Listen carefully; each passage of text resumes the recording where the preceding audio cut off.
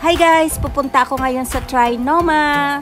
Imimit ko ang aking investor. Excited na siya magpaturo ng farming kung paano mag-farm ng kanyang Giko Coin. 3 days na activated ang kanyang NFT. So everyday magkakaroon siya ng passive income na 2 Giko Coin.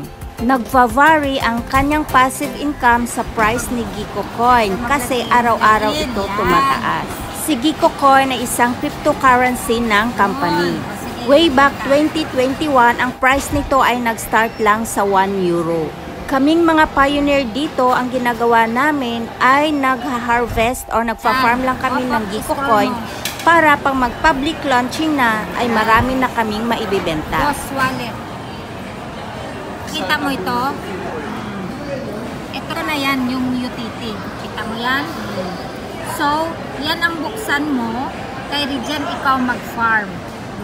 Okay, click mo yan. Yan lang yung PN.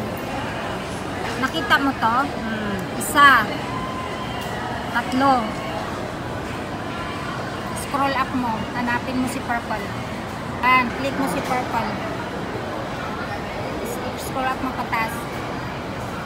Yun.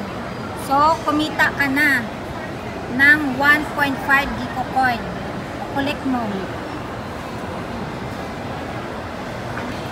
Yun. I-scroll up mo. Blue Okay. I-click mo. Okay. Ganyan. Collect. Yun.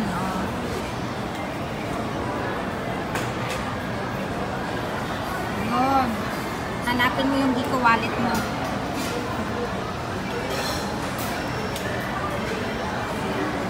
Okay, yan na yung Giko wallet mo. So, may pira ka bilog. 6 Giko Coin. Okay?